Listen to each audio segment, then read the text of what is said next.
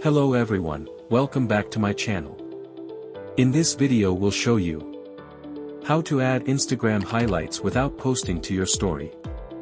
So let's get started. First, switch your profile to private. Create a story like you usually would. But go to settings before uploading or recording. Go to your story settings. Tap Hide Story From.